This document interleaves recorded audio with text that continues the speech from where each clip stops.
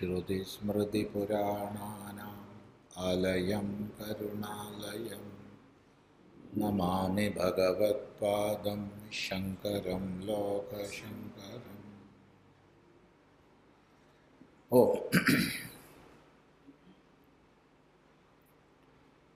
സർവ വേദാന്ത സിദ്ധാന്ത സാര സംഗ്രഹത്തിൽ നമ്മൾ 50 ശ്ലോകങ്ങളാണ് കഴിഞ്ഞത്.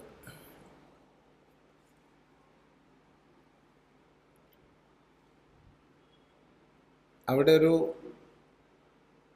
സുന്ദരിയെ, ലോകസുന്ദരിയെ ഒന്ന് പരിശോധിച്ചതാണ് 50-ാം ശ്ലോകത്തിൽ. ഈ ഭാഗം ശ്രദ്ധിക്കണം. വൈരാഗ്യജനകങ്ങളായ ഉപദേശങ്ങളെ ചെയ്യുന്ന ഭാഗമാണ്. ഒന്നും കൂടി വ്യക്തമായി പറഞ്ഞാൽ, വേദാന്ത ശാസ്ത്രത്തിൽ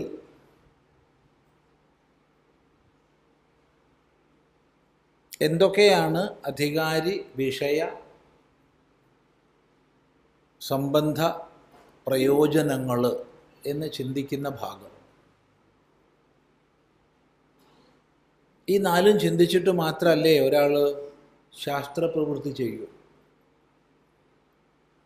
അതിൽ അധികാരിയെ നിരൂപണം ചെയ്യുമ്പോൾ വിവേകം വിചാരവിധേയമാക്കിയിട്ട് വൈരാഗ്യത്തെ ചിന്തിക്കുന്ന പ്രകരണമാണ്.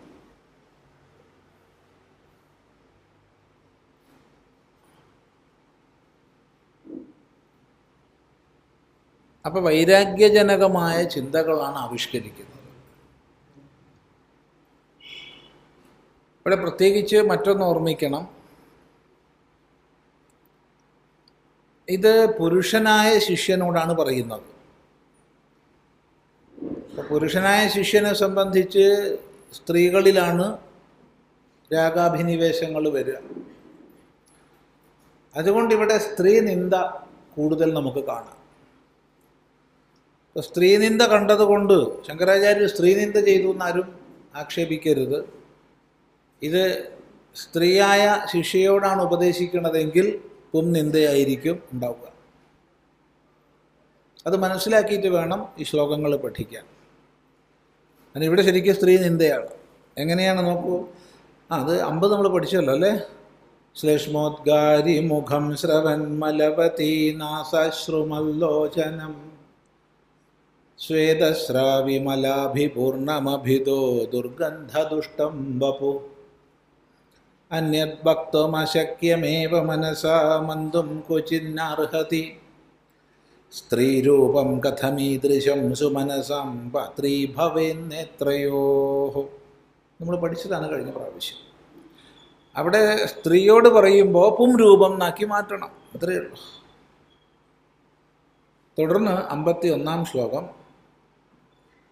ദൂരാദവേക്ഷ്യാഗ്നിശിഖാം പതംഗോ രമ്യത്വബുദ്ധ്യാ വിനിപത്യ നശ്യതി യഥാ തഥാ നഷ്ടദൃഗേഷ സൂക്ഷ്മം കഥം നിരീക്ഷേത വിമുക്തിമാർഗം.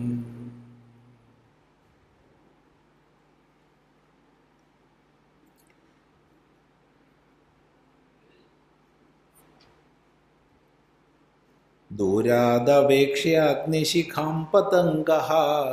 പതംഗഃ പാറ്റ. പാറ്റകൾ ദൂരാദവേക്ഷ്യ ദൂരെ നിന്ന് നോക്കിയിട്ട്. എന്തിനെ നോക്കിയിട്ട്? അഗ്നിശിഖാം തീജ്വാലയെ. അപ്പൊ ജ്വലിക്കുന്ന അഗ്നിയെ ദൂരെ നിന്ന് നോക്കിയിട്ട് രമ്യത്വബുദ്ധിയ, കൊള്ളാമല്ലോ, വളരെ രമ്യമാണല്ലോ, മനോഹരമാണല്ലോ എന്നുള്ള ബുദ്ധി അതിനുണ്ടാവും. വളരെ ഭംഗിയുണ്ട് എന്നുള്ള ബുദ്ധി ഉണ്ടാവും.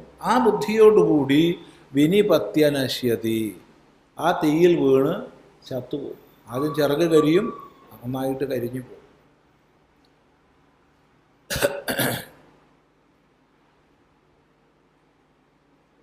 ഒന്നായിട്ട് പാറ്റകൾ പൊങ്ങുമ്പോൾ ചില ആൾക്കാരൊക്കെ തീ ഇടുന്നത് കണ്ടിട്ടുണ്ട്. അയ്യോ എന്തൊരു മഹാപാപമെന്ന് ആലോചിച്ച് നോക്കൂ. നമ്മളാരും ചെയ്യുന്നില്ല എന്ന് വിചാരിക്കുക. എന്നിട്ട് ഈ പാവങ്ങൾ ഒന്നായിട്ട് പറന്നു വന്നിട്ട് അതിലിങ്ങനെ വീണ്. എവിടെ നിന്നൊക്കെയാ പറന്നു വരും? എന്തോ തിരക്കിട്ടിട്ട് എന്തോ ഒരു പരിപാടി ചെയ്യാനുള്ളത് പോലെയാണ് പറന്നു വരിക. ദൂരേന്ന് മുഴുവൻ പറന്നു വന്നിട്ട് സ്വയം അഗ്നിയിൽ ഹോമിക്കും. കാരണം അവർക്ക് രമ്യത്വ ബുദ്ധിയുണ്ട്. ഇത് രമിക്കത്തക്കതാണ്, രമിക്കാൻ യോഗ്യമാണ്. അതാണല്ലോ രമ്യത്വ ബുദ്ധി. ഇത് രമിക്കാൻ യോഗ്യമാണെന്നുള്ള ബുദ്ധിയാണ്. അപ്പോൾ രമ്യത്വ ബുദ്ധിയോട് കൂടി ചെന്ന് തീയിൽ വീഴുകയാണ്. തീയിൽ വീണ് ചിറക് കരിഞ്ഞ് മുഴുവൻ കരിഞ്ഞ് ചത്തുപോവുക, കൂട്ടമായിട്ട്.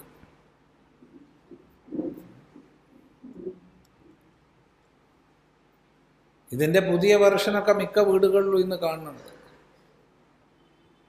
ഇല്ലേ? കൊതുകിനെ ആകർഷിക്കാനുള്ള സാധനങ്ങൾ. എന്തിനങ്ങനെ ആകർഷിക്കുന്നേ? ആകർഷിച്ച് കൊല്ലുന്നത് എന്തിനാ? ഒരു കൊതുക് കടിച്ചു, സ്വാഭാവികമായിട്ട് അടിച്ചു കൊന്നു എന്ന് പറഞ്ഞാൽ തിരക്കേടില്ല, വലിയ വിരോധമില്ല എന്ന് വെച്ചോളൂ. കൊല്ലണ്ടോ എന്നുള്ളത് വേറെ വിഷയം, പക്ഷേ അതിൽ വലിയൊരു വിരോധമില്ല. ഇത് ചുറ്റുപാടുള്ള ഈച്ചകളെയും പാറ്റകളെയൊക്കെ ആകർഷിക്കാൻ ചില സാധനങ്ങൾ ഉണ്ടാക്കിയിട്ട് അതിൽ വരുത്തി കരിയിക്കുക. മിക്ക വീടും ശ്മശാനങ്ങളായിട്ട് മാറിക്കൊണ്ടിരിക്കുന്നു. മിക്ക മുറികളും ശ്മശാനങ്ങളായി മാറിക്കൊണ്ടിരിക്കുന്നു.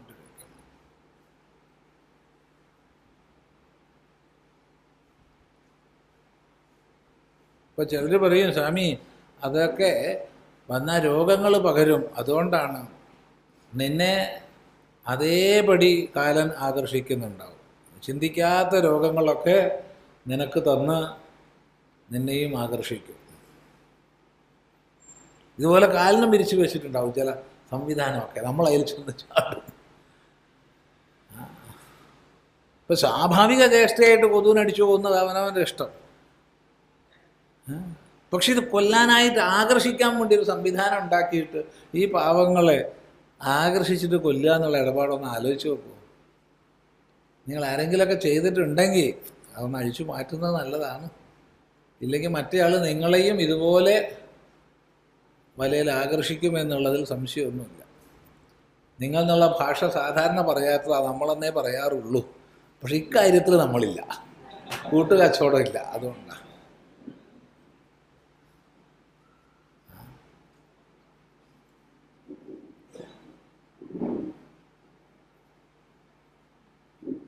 ചില വീട്ടിലൊക്കെ പോയിട്ട് നമ്മൾ ഭക്ഷണം കഴിക്കാതെ ഒഴിഞ്ഞു മാറിയിട്ടൊക്കെ മടങ്ങിയിട്ടുണ്ട്. ഇത് കണ്ടിട്ട്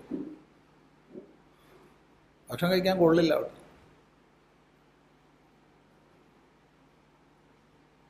അല്ല എന്തെങ്കിലും പറഞ്ഞ് ഒഴിഞ്ഞു മാറും.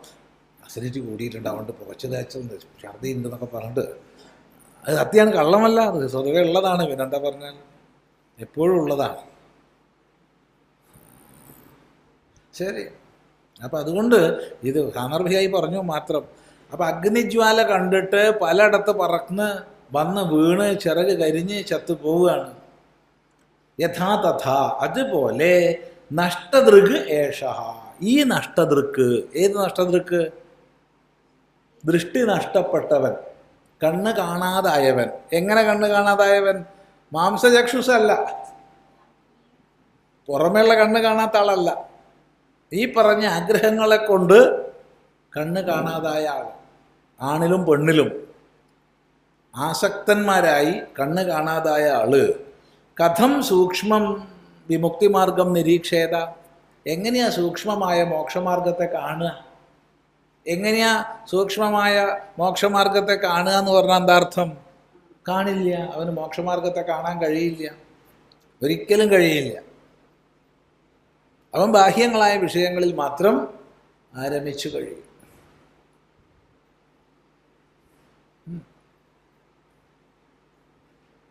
അതാണ് താത്പര്യം. അതുപോലെ എങ്ങനെയാണ് നഷ്ടദൃഷ്ടിയായി പോകുന്നത് പറയുകയാണ്. നേരത്തെ പറഞ്ഞ ശ്രദ്ധിക്കണേ, പുരുഷ ശിഷ്യനോട് പറയുന്നത് കൊണ്ടാണ് സ്ത്രീയെ ദുഷിക്കുന്നത്. സ്ത്രീകളാരും ശങ്കരാചാര്യർക്ക് എതിരാവണ്ട.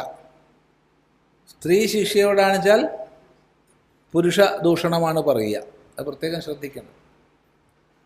കാമേന കാന്താം പരിഗൃഹ്യ തദ്വത് ജനോപ്യയം നശ്യതി നഷ്ടദൃഷ്ടി മാംസാസ്തി മജ്ജാമലമൂത്രപാത്രം സ്ത്രിയം സ്വയം രമ്യതയൈവ പശ്യതി. കാമേന കാന്താം പരിഗൃഹ്യ തദ്വത് ജനോപ്യയം നശ്യതി നഷ്ടദൃഷ്ടി മാംസാസ്തി മജ്ജാമലമൂത്രപാത്രം സ്ത്രിയം സ്വയം രമ്യതയൈവ പശ്യതി.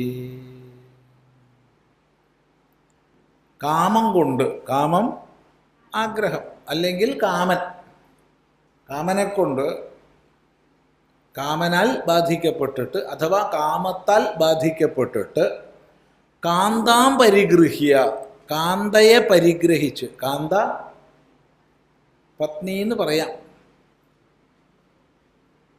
സുന്ദരി എന്നും പറയാം, പത്നി തന്നെ ആയിക്കൊള്ളണമെന്നില്ല. കാന്ത സുന്ദരിയാവാം, പത്നിയാവാം. കമു ദീപ്തവും, കമു കാന്തി, ദീപ്തി, നല്ല ശോഭയുള്ളവൾ എന്നർത്ഥം.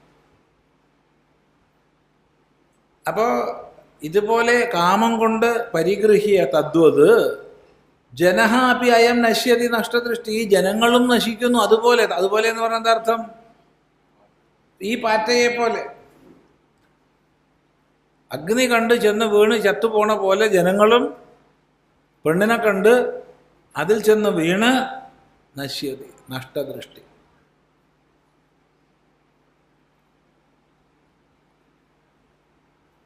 മാംസാസ്തി മജ്ജാ മലമൂത്രപാത്രം സ്ത്രീയം. പുരുഷനും അത് തന്നെയല്ലേ? പുരുഷനും അത് തന്നെയാണ്. മാംസത്തിൻ്റെയും അസ്ഥിയുടെയും മജ്ജയുടെയും മലത്തിൻ്റെയും മൂത്രത്തിൻ്റെയും ഒരു പാത്രം, ഒരു പാത്രം നിറച്ച്, ഒരു പാത്രത്തിൽ നിറച്ച് നമ്മൾ എന്തൊഴിച്ചു വെച്ചിരിക്കുക? കുറേ മാംസം, കുറേ അസ്ഥി, ഒരു എല്ലാം കൂടി ഒരു 2 കെട്ട് വിറകിൻ്റെ അത്ര ഇല്ലേ? മര്യാദയ്ക്ക് കെട്ടിയാൽ ഒരു കെട്ട് വിറകുണ്ടാവും, എല്ലൊക്കെ വേർപെടുത്തി കഴിഞ്ഞാൽ. പിന്നെ മാംസം അത് കുറച്ചധികം ഉണ്ടാവും. പിന്നെയോ മജ്ജ വളരെ കുറച്ചേ ഉണ്ടാവുള്ളൂ. മലം അത് കുറച്ചേറെ ഉണ്ടാവും. മൂത്രം അതും ഉണ്ടാവും. ഇനി പറയാത്ത വസ്തുക്കൾ എത്രയാ? കഫം, പിത്തം, അത് ഇതൊന്നും പറഞ്ഞിട്ട് പല സാധനങ്ങൾ, രക്തം, എല്ലാം കൂടി നിറച്ചു വെച്ചൊരു പാത്രം. ഈ പാത്രത്തിനൊരു വിശേഷമുണ്ട്. ഇപ്പോൾ സാധാരണ പാത്രത്തിൽ ഇതൊക്കെ അടച്ചു വെച്ചാൽ വലിയ കുഴപ്പമില്ല, ഉണ്ടോ? നമ്മുടെ വീട്ടിൽ ഇതൊക്കെ ഒരു പാത്രത്തിൽ നിറച്ച് വെച്ച് വെച്ചാൽ വലിയൊരു കുഴപ്പമില്ല. പല വീട്ടിലും ഉണ്ടാവാറുണ്ട്. ഇല്ല, ഉണ്ടോ? ഇല്ലയോ? പല വീട്ടിലും ഉണ്ടാവാറുണ്ട്. ഇല്ല എന്ന് പറഞ്ഞേക്കരുതേ. അത് ചിലപ്പോൾ മസാലയൊക്കെ ചേർക്കും, എണ്ണയിൽ പൊരിച്ചിട്ടുണ്ടാവും, അതൊക്കെ ശരിയാണ്. പക്ഷെ സാധനം ഇതൊക്കെ തന്നെയല്ലേ? അല്ല, ആണല്ല? എന്താ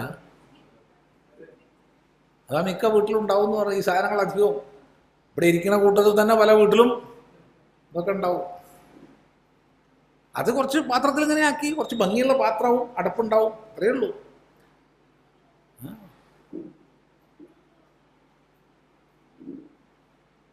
സ്വാമി കുറച്ച് കഠിനമായ വാക്ക് പറയണ്ടല്ലോ. കഠിനമല്ലല്ലോ, ഉള്ളതല്ലേ. ഇവിടെ ഒരു വിശേഷം എന്താ വെച്ചാൽ, നമ്മൾ ആ വീട്ടിലുള്ള പാത്രവും ഈ പാത്രമായിട്ടൊരു വ്യത്യാസമുണ്ട്. വീട്ടിലുള്ള പാത്രത്തിന് ദ്വാരങ്ങളില്ല, നല്ല അലുമിനിയോ സ്റ്റീലോ എന്തെങ്കിലുമാണ്. ഇത് നിറയെ ലക്ഷക്കണക്കിന് ദ്വാരങ്ങളായി ഈ പാത്രത്തിന്. ഇതൊക്കെ നിറച്ചു വെച്ചിട്ടുള്ള പാത്രത്തിന് ലക്ഷക്കണക്കിന് ദ്വാരങ്ങളും ഇല്ലേ? അതെ.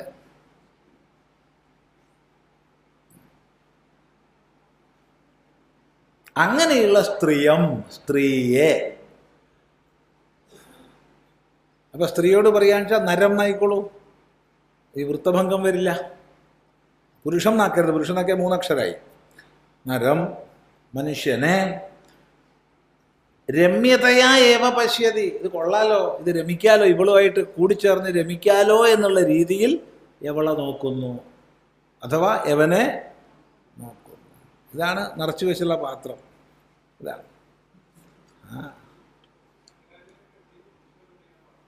പുരുഷനെ പറ്റി പറയാത്തതിൻ്റെ കാരണം ശിഷ്യന്മാരൊക്കെ പുരുഷന്മാരായിരുന്നു.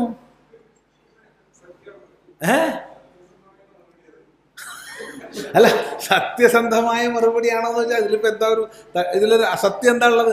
ശങ്കരാചാര്യരുടെ ശിഷ്യന്മാരൊക്കെ പുരുഷന്മാരായിരുന്നു. അപ്പം പുരുഷന്മാരോട് അവരാകർഷിക്കപ്പെടുന്നത് സ്ത്രീദേഹമാണല്ലോ. അതുകൊണ്ടായിരിക്കണം ഇങ്ങനെ പറഞ്ഞിട്ടുണ്ടാവുക. സത്യസന്ധമാണോ എന്ന് വെച്ചാൽ സത്യസന്ധം അല്ലാണ്ട് എന്താ ഇപ്പം അതിലുള്ളത്? എന്താ പുരുഷന് ഇതൊന്നും അല്ലേ? പുരുഷന്റെ ശരീരം എന്ത് തൊലി ഇതാണ്ട് പൊളിച്ചാൽ എന്ത് ഒരു 2-3 ലെയർ തൊലി തന്നെ. അത് കഴിഞ്ഞാൽ പിന്നെ മാംസം, പിന്നെ പേശി, പിന്നെ ഈ മധ്യത്തിൽ ധാരാളം കുഴലുകൾ, അതിൻ്റെ ഉള്ളിൽ കൂടെ രക്തം, അത് കഴിഞ്ഞാൽ അസ്ഥി, അതിൻ്റെ ഉള്ളിൽ മജ്ജ. ഇതല്ലേ ഇപ്പോൾ ഈ കൈ നോക്കിയാൽ തന്നെ ഉള്ളത് ഇല്ലേ? വേറെന്താ? പിന്നെ അങ്ങോട്ട് നോക്കിക്കഴിഞ്ഞാൽ മലം, മൂത്രം, മേധസ്, എന്തൊക്കെയാ പുരുഷദേഹം അതല്ലേ? അപ്പോൾ ദേഹമൊക്കെ കണക്ക് തന്നെയാണ്, ആണും പെണ്ണുമൊക്കെ കണക്ക് തന്നെയാണ്. അത് ചിലർക്ക് ഞങ്ങൾ വലിയ കേമന്മാരാണ്, ഞങ്ങൾക്കൊരു കുഴപ്പമില്ല എന്നാൽ ചില പുരുഷന്മാരെ വിചാരം. പിന്നെ അത് സ്വർണം കൊണ്ട് ഉണ്ടാക്കിയ ദേഹമല്ലേ? ആണും പെണ്ണും ഒക്കെ കണക്ക് തന്നെ. മജ്ജാസ്ഥി, മാംസം, മലമൂത്ര, പാത്രം. ഇവിടെ പുരുഷൻ ശിഷ്യനായതുകൊണ്ട് സ്ത്രീയെക്കുറിച്ച് പറഞ്ഞു, അത്രയേ ഉള്ളൂ. അത് നരം നാക്കണം എന്ന് പറയുമ്പോൾ ചിലർക്കാണ് ഇഷ്ടപ്പെടുന്നില്ല. അതാണ് ഇപ്പോൾ ഇതിൻ്റെ ഒരു സംഭവം. എന്നാൽ ശങ്കരാചാര്യർക്ക് അങ്ങനെ എഴുതിക്കൂടെ? എന്നാ ശങ്കരാചാര്യർക്ക് ശിഷ്യന്മാരെ ഉള്ളൂ. അക്കാലത്ത് ശിഷ്യകളില്ല.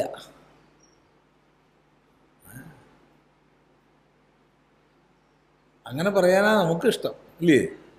അതെ, അത്രേ പറയാൻ പറ്റൂ.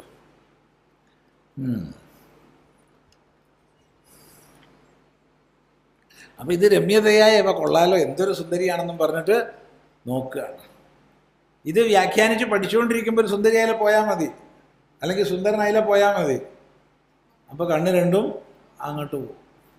അതാണ് മായ. അത് വല്യമ്മേൻ്റെ പണിയാണ്, അല്ലേ? അത് വല്യമ്മേൻ്റെ പണിയാണ്.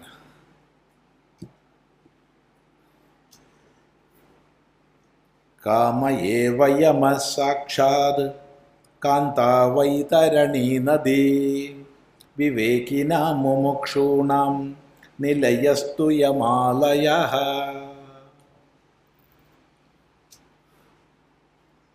ഇത് ചിലർക്ക് ശങ്കരാചാര്യരുടെ വലിയ ബഹുമാനം. പക്ഷെ ഇതൊന്നും ശങ്കരാചാര്യ എഴുതിയതാവില്ല കേട്ടോ. ഇത്രയൊക്കെ ഒന്നും ശങ്കരാചാര്യ പറയില്ല എന്നാണ് ചിലരുടെ വിചാരം. ഞാൻ പറയില്ലേ, ഇത് തുടങ്ങിയിട്ട് മുടങ്ങേണ്ടി വന്ന കഥ തുടക്കം തന്നെ പറഞ്ഞിട്ട്, ഈ സർവവേദാന്ത സിദ്ധാന്ത സാരസംഗ്രഹ ഒരു സ്ഥലത്ത് തുടങ്ങിയിട്ട് മുടക്കേണ്ടി വന്നു.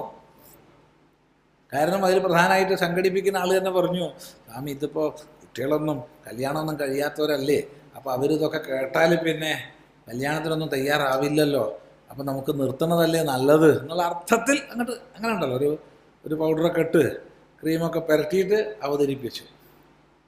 നല്ലത് ക്ലാസ് നിർത്തുന്നതാണെന്ന്. കൊല്ലം കുറേ കഴിഞ്ഞ് അദ്ദേഹത്തിൻ്റെ മോൾക്കൊക്കെ കല്യാണമൊക്കെ കഴിഞ്ഞ് കുറേ കൊല്ലം കഴിഞ്ഞപ്പോൾ സ്വാമി നമുക്ക് സർവവേദാന്ത സിദ്ധാന്ത സാരസംഗ്രഹം ഒന്ന് പഠിക്കണം. ഞാൻ പറഞ്ഞു, നാട്ടിൽ ഇനിയും ചെറുപ്പക്കാരുണ്ടാവും, അവർക്ക് കല്യാണം മുടക്കാൻ സാധ്യതയുണ്ട്, അതുകൊണ്ട് വേണ്ട പറഞ്ഞു. തമാശയല്ല, ഉണ്ടായ സംഭവമാണ്.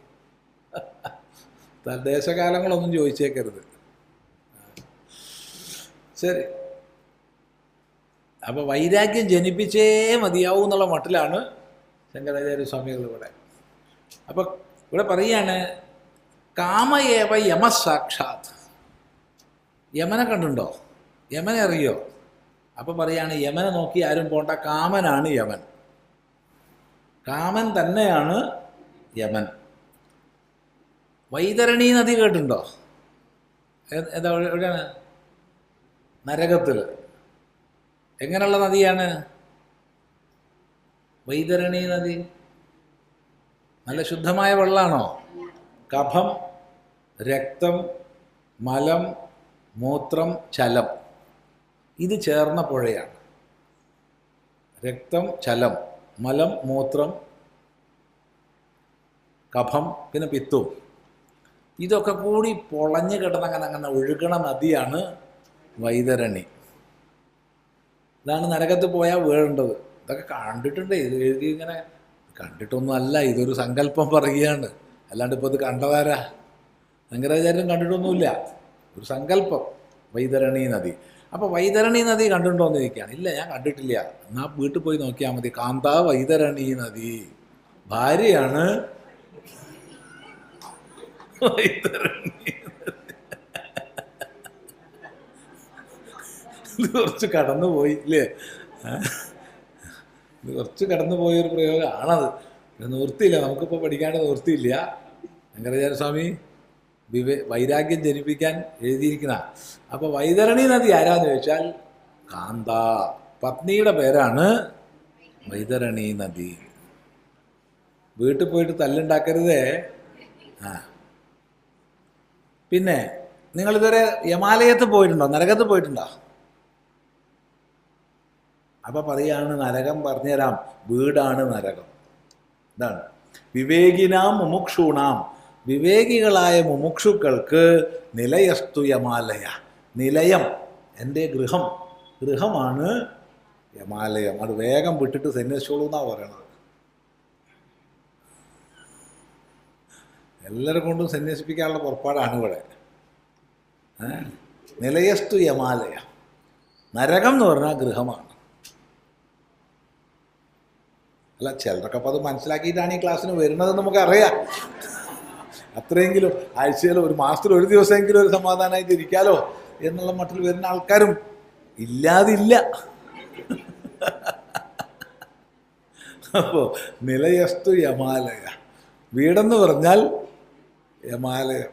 ചില ആൾക്കാർ വീടിന് നല്ല പേര് ചോദിക്കും. ആ പേര് യമാലയം അല്ലെങ്കിൽ യാമ്യം, അങ്ങനെ വല്ലതും ഇട്ടാൽ മതി. ശരി.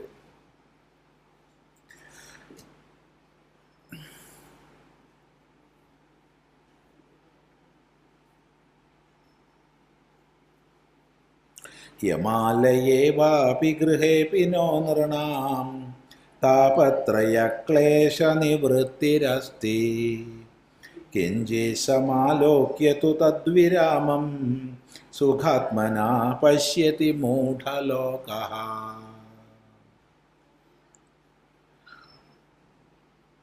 യമാലയേ വാപി ഗൃഹേപി നോ നൃണാം താപത്രയക്ലേശ നിവൃത്തിരസ്തി കിഞ്ചി സമാലോക്യ തു തദ്വിരാമം സുഖാത്മനാ പശ്യതി മൂഢലോകഃ. ഇവിടെ വളരെ ശ്രദ്ധിച്ചാലേ ഇതിൻ്റെ അർത്ഥം മനസ്സിലാവുള്ളൂ. ഇവിടെ യമാലയെ വാ അപി ഗൃഹേ അപി ന ഉ, നോ എന്നുള്ളതിന് ന ഉ എന്ന് മനസ്സിലാക്കുക.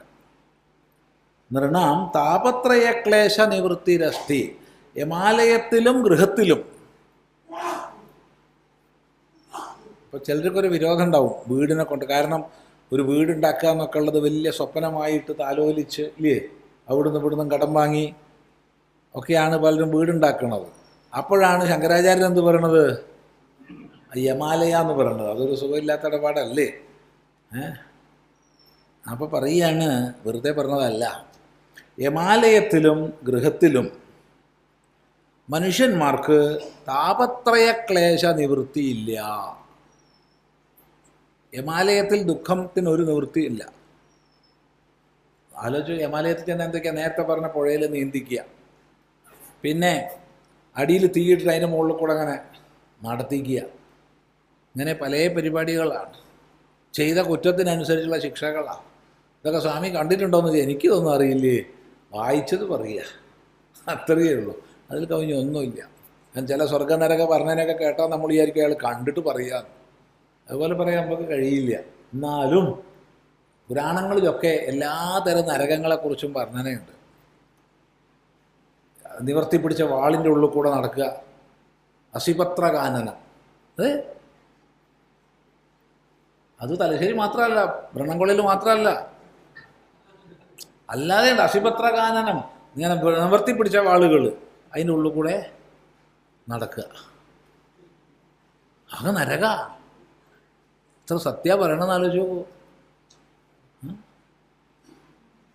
അതുപോലെ ബലാത്സംഗം ചെയ്തവർക്ക് നല്ല സുന്ദരിയായിട്ടുള്ളൊരു സ്ത്രീ ഉണ്ടാവും നല്ല നല്ല നല്ല ജ്വലിച്ച് നിൽക്കണം, അതിന് ആലിംഗനം ചെയ്യിപ്പിക്കുക. എന്താണെന്ന് മനസ്സിലായല്ലോ സാധനം? ലോഹമാണ്, ഇരുമ്പ് ചുട്ട് പഴുത്തങ്ങനെ കനൽക്കട്ടയായി നിൽക്കുക. അപ്പോൾ അതിനെ ആലിംഗനം ചെയ്യുക. ഇങ്ങനെ കണ്ടിട്ടുള്ള പരിപാടികൾ പലതും ഉണ്ട്. ഏതായാലും അവിടെ ചെന്ന് കഴിഞ്ഞാൽ താപത്രയ നിവൃത്തിയില്ല. നിരന്തരം ദുഃഖങ്ങൾ, ആധ്യാത്മികവും ആദിഭൗതികവും ആദിദൈവികവുമായ ദുഃഖങ്ങളാണ് നരകത്തിൽ. വീട്ടിലും അത് തന്നെയല്ലേ എന്നാ ചോദ്യം. അതൊന്ന് തുറന്ന് പറയുക. വീട്ടിൽ ഏതെങ്കിലും ദുഃഖം ഉണ്ടാവില്ല? ഉണ്ടാവില്ല. വെറുതെ കള്ളം പറയരുതാരും. ആധ്യാത്മിക ദുഃഖം ഉണ്ടാവും, ആദിഭൗതിക ദുഃഖം ഉണ്ടാവും. കാരണം രണ്ട് ഭൂതങ്ങളുണ്ടെങ്കിൽ തന്നെ ദുഃഖം ഉണ്ടാവും. ഈ ഭൂതം ആ ഭൂതത്തെ ദുഃഖിപ്പിക്കും, ആ ഭൂതം ഈ ഭൂതത്തെ ദുഃഖിപ്പിക്കും. അതെ, എന്നിട്ട് നാലാൾ വരുമ്പോൾ ചിരിച്ച് സന്തോഷമായിട്ട് നിൽക്കുകയും ചെയ്യും. അതെ, പിന്നെ എന്താ സ്നേഹം എന്നാ?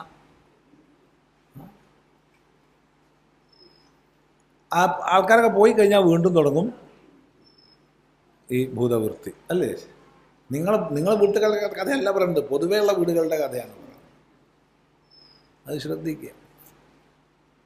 ആധ്യാത്മികം, ആദിഭൗതികം, ആദിദൈവികം, ഈ ക്ലേശങ്ങളാണ് മുഴുവൻ. അപ്പോൾ പിന്നെ നരകവും പോലെ തന്നെ അല്ലേന്നാണ് ചോദിക്കുന്നത്. കിഞ്ചി സമാലോക്യ തദ്വിരാമം, ഇവിടെയാണ് പ്രശ്നം. അപ്പോൾ ജനങ്ങൾ എനിക്കിവിടെ വളരെ സുഖാണെന്ന് വിചാരിക്കണതോ? വീട്ടിൽ വളരെ സുഖാണെന്ന് വിചാരിക്കുന്നുണ്ട്, ഇല്ലേ? ഇല്ല, ഉണ്ട്. എനിക്ക് സുഖമാണ്. അതെങ്ങനെയാണെന്നാ ചോദ്യം. കള്ളത്തരം പറയുകയാണോ? അല്ല. പിന്നെ എങ്ങനെയാണ് ഗാർഹിക സുഖം ലഭിക്കുന്നത്? അതാണ് പറയണത് കിഞ്ചിത് തദ്വിരാമം സമാലോക്യ. ഈ താപത്രയങ്ങളുടെ നിവൃത്തിയില്ല, പക്ഷെ കുറച്ച് നേരത്തേക്ക് വിട്ടു നിൽക്കുന്നത് അനുഭവിക്കുമ്പോൾ കിഞ്ചിത് നിവൃത്തി. മനസ്സിലായില്ല? കിഞ്ചിത് വിരാമം, കുറച്ച് വിരാമം അനുഭവിക്കുമ്പോൾ സുഖാത്മനാ പശ്യതി മൂഢലോക. മൂഢലോകം അതിനെ സുഖമെന്ന് കണക്കാക്കും. മഹാഭാരതത്തിൽ പ്രസിദ്ധമായ ഒരു ചിത്രമുണ്ട്.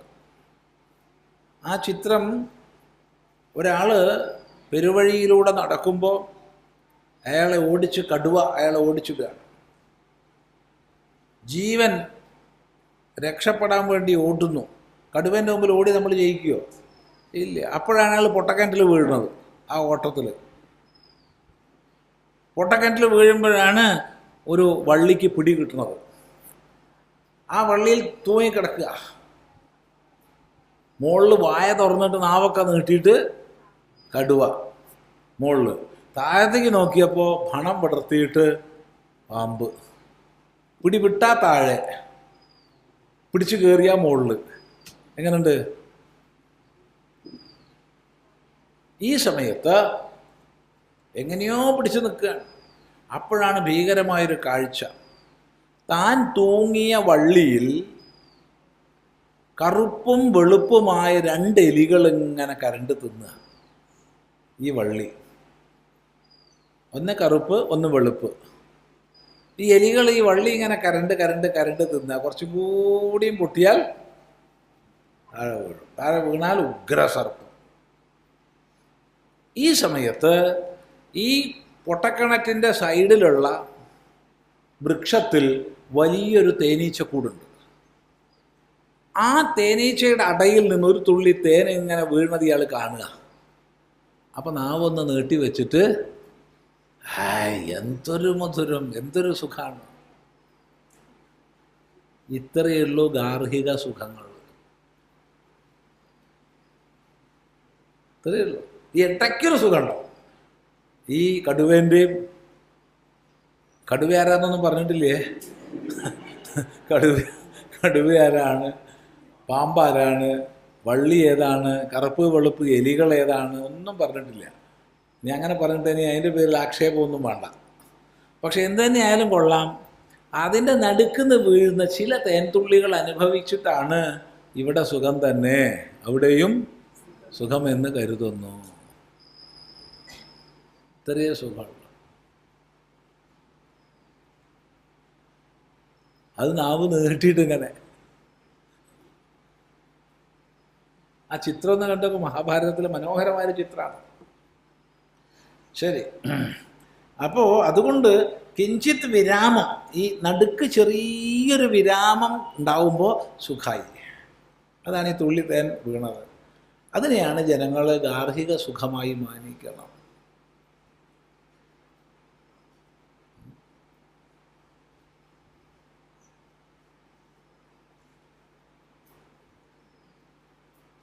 ഈ സുഖം ഉണ്ടാക്കി കൊടുക്കാനാണ് അച്ഛനമ്മമാരൊക്കെ ശ്രമിക്കുക, അല്ലേ? ഒരു മോള് ജനിച്ചു കഴിഞ്ഞാൽ അപ്പം പറയും, പറ്റിയൊരുത്തൻ്റെ കയ്യിൽ ഏൽപ്പിച്ചു കൊടുത്താലേ സമാധാനമാവൂ. ഞാൻ ചോദിക്കാറുണ്ട് പബ്ലിക് പ്ലാറ്റ്ഫോമിൽ, അതെന്താ ഒരു ആൺകുട്ടി ജനിച്ചാൽ അങ്ങനെ പറയാത്തത്? പറ്റിയൊരുത്തിൻ്റെ കയ്യിൽ ഏൽപ്പിച്ചു കൊടുത്താലേ എനിക്ക് സമാധാനമാവും എന്താ പറയാത്തത്? വിദ്യാഭ്യാസമുള്ളവർ പോലും ഇങ്ങനെയാണ്. എന്താ എൻ്റെ കാരണം? എന്താ കാരണം? എനിക്ക് ആലോചിച്ചിട്ട് പിടികിട്ടാത്തതുകൊണ്ടാണ് ചോദിക്കണേ. അറിയുന്ന ആൾക്കാർ ചോദിക്കില്ല. ഇത് സംശയമാണ്, ചോദ്യമല്ല. പൊതുവെ പല രക്ഷിതാക്കൾ അച്ഛനമ്മമാരും പറയാറുണ്ട്, പറ്റിയൊരുത്തൻ്റെ കയ്യിൽ, നല്ലൊരു ആളെ കയ്യിൽ ഏൽപ്പിച്ചു കൊടുത്താലേ സമാധാനമാവുള്ളൂ. സന്തോഷം, അങ്ങനെ പറഞ്ഞോട്ടെ, വിരോധമില്ല. എന്നാൽ തിരിച്ചും പറയണ്ടേ, ആൺകുട്ടി ജനിച്ചാൽ പറ്റിയൊരുത്തിയുടെ കയ്യിൽ ഏൽപ്പിച്ചു കൊടുത്താലേ സമാധാനമാവുമെന്ന് എന്താ പറയാത്തത്? അങ്ങനെ പറയാറുണ്ടോ? ഉണ്ടോ? ഉണ്ട്, നന്നായി, അങ്ങനെ പറയാറുണ്ട്. എന്നിട്ട് ഈ പാവം കറങ്ങിക്കോട്ടെ എന്ന് തന്നെ. എന്തായാലും എനിക്ക് അനുഭവമായി. മനുഷ്യൻ്റെ ഉള്ളിൻ്റെ ഉള്ളിലൊരു സ്വഭാവമാണ്, തനിക്കൊരടി കിട്ടിയാൽ മറ്റവനും കിട്ടണമെന്നുള്ളൊരു ചിന്ത. ഞാനോ ഈ ദുഃഖസമുദ്രത്തിലാണെന്നാൽ നിങ്ങളും അത് തന്നെ അനുഭവിച്ചോളൂ. എൻ്റെ മൂക്കോ മുറിഞ്ഞു, നിങ്ങളതും മുറിയട്ടെ. അതുകൊണ്ടാണ് ഈ വട്ടം കറക്കുമ്പോൾ പ്രപഞ്ചത്തിൻ്റെ പ്രതീകമായിട്ടുള്ള അഷ്ടമംഗല വസ്തുക്കളൊക്കെ വെച്ച് വട്ടം കറക്കുമ്പോൾ കറങ്ങിയോ തന്നെ കറക്കണം എന്നാണ്. അവിടെ ഞങ്ങൾക്ക് സ്ഥാനമില്ല, സന്യാസിക്ക് സ്ഥാനമല്ല അവിടെ. ഞാനോ കറങ്ങി, നീയും കറങ്ങടാന്നാണ് അച്ഛൻ പറയണത്. ഒന്ന് പിടിച്ച് കറക്കിയാലേ സമാധാനമാവുള്ളൂ.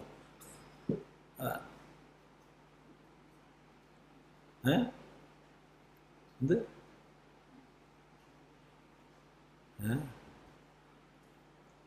ഞാനോ കറങ്ങി നീയും കറങ്ങടാന്ന്. എൻ്റെ മൂക്കോ പോയി അറിയില്ലേ? ഗുരുനാഥൻ വന്നിങ്ങനെ അരയാലിൻ്റെ ചുവട്ടിൽ പത്മാസനത്തിൽ ഇരിക്കുകയാണ്. എന്താ ഗുരു, ഞങ്ങൾക്ക് ദീക്ഷ തരണം. വേണ്ട, ഞങ്ങൾക്ക് ദീക്ഷ തരണം. അത്ര നിർബന്ധം ആവാം. മറ്റന്നാൾ രാത്രി വന്നോളൂ.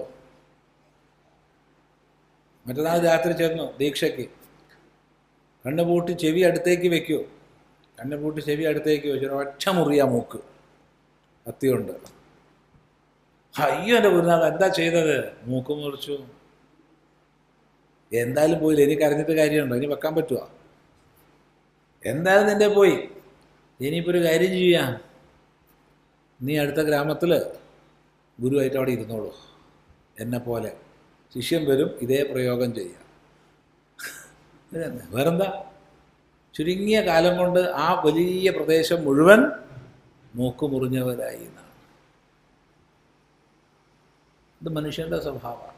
നമുക്കൊരു വേദന ഉണ്ടെങ്കിൽ എങ്ങനെയെങ്കിലും ആ വേദന വേറൊരാൾക്ക് കൊടുത്താലേ നമുക്കൊരു സുഖമുള്ളൂ. അതെ, അത് ലോക സ്വഭാവമാണ്. അങ്ങനെയല്ല? എന്താ അഭിപ്രായം? അങ്ങനെയാണ്. DGP വിളിച്ചിട്ട് IG എന്ന 4 തെറി പറഞ്ഞു എന്ന് വിചാരിച്ചു. IG വെറുതെ ഇരിക്കുമോ? നേരെ DSPനെ വിളിച്ചിട്ട് ഒരു 2 മുളക് കൂട്ടിയിട്ട് കുറയും. അയാൾ ഉടനെ തന്നെ CIനെ വിളിച്ചിട്ട് അത് കൊടുക്കും. ഉടനെ അയാൾ SIനെ വിളിച്ചിട്ട് 10 കൂട്ടി കൊടുക്കും. SI കോൺസ്റ്റബിളിനെ വിളിച്ചിട്ട്, കോൺസ്റ്റബിളിന് ആർക്കെങ്കിലും കൊടുക്കാൻ പറ്റുമോ? ഒരു പബ്ലിക്കിൽ ഒരാളെ വിളിച്ചിട്ട് 40 കൂട്ടിയിട്ട് അയാളും കൊടുക്കും. അത് ഇതിങ്ങനെ പരമ്പരയാണ് വരുന്നതാണ്. അത്രയേ ഉള്ളൂ. അല്ലെങ്കിൽ നമുക്കൊരു ഔട്ട്ലെറ്റ് കിട്ടണം, അത് കിട്ടൂലല്ലോ. ചിന്തിക്കുക. അപ്പം അതാണ് ചുരുക്കി പറഞ്ഞാൽ, ഈ വിരാമത്തിലാണ് ഇവിടെ സുഖം എന്ന് പറയണത്. ഇതൊന്നും കേൾക്കാൻ തന്നെ നിന്നിട്ടില്ല കേട്ടോ ഒന്നാൾ പറഞ്ഞ ആൾ. അപ്പോഴത്തേക്കാണ് നിന്ന് പോയിട്ടുണ്ട് ക്ലാസ്, ഇതിന് മുമ്പ് തന്നെ.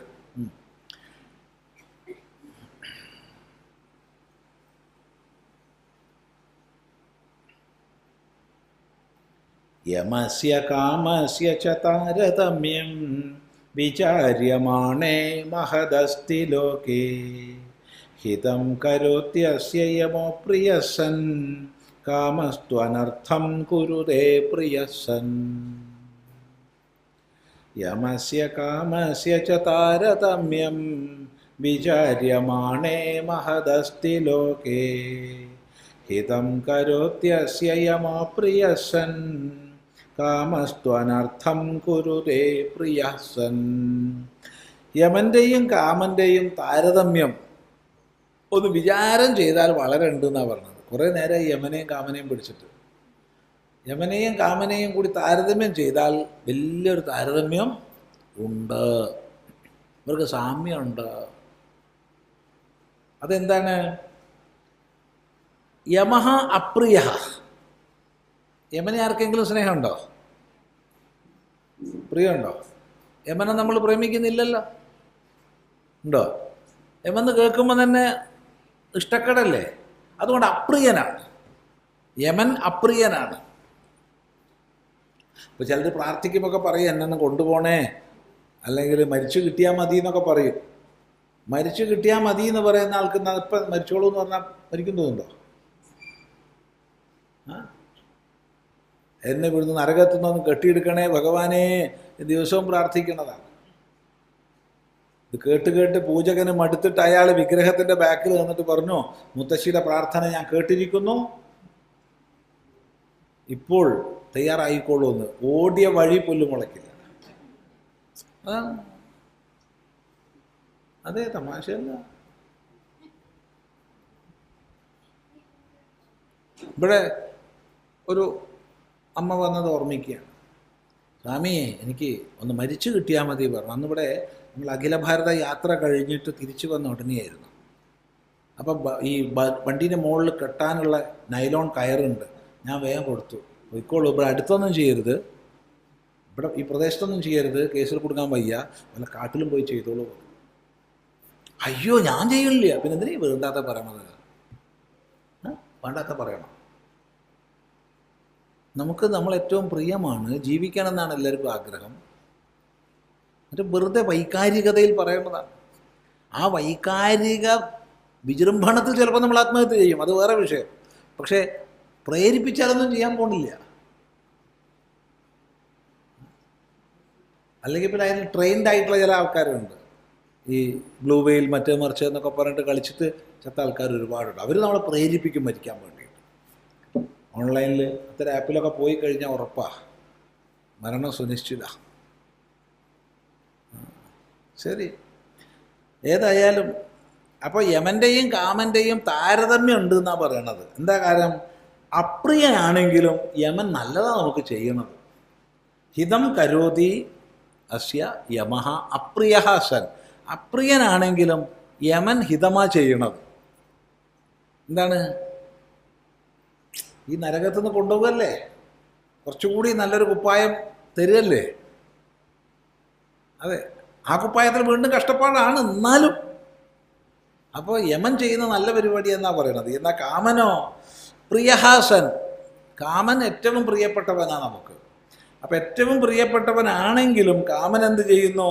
അനർത്ഥം ഗുരുതേ, അനർത്ഥമാണ് ചെയ്തു വയ്ക്കുന്നത്. അപ്പോൾ തമ്മിൽ ഭേദം യമനാന്നാണ് പറയണത്.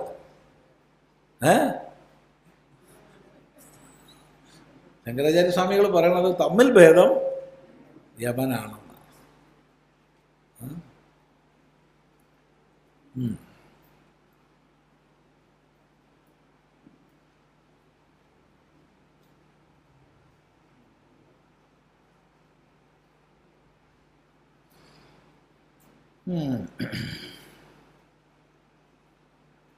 അമ്പത്തി 5 ശ്ലോകമായി.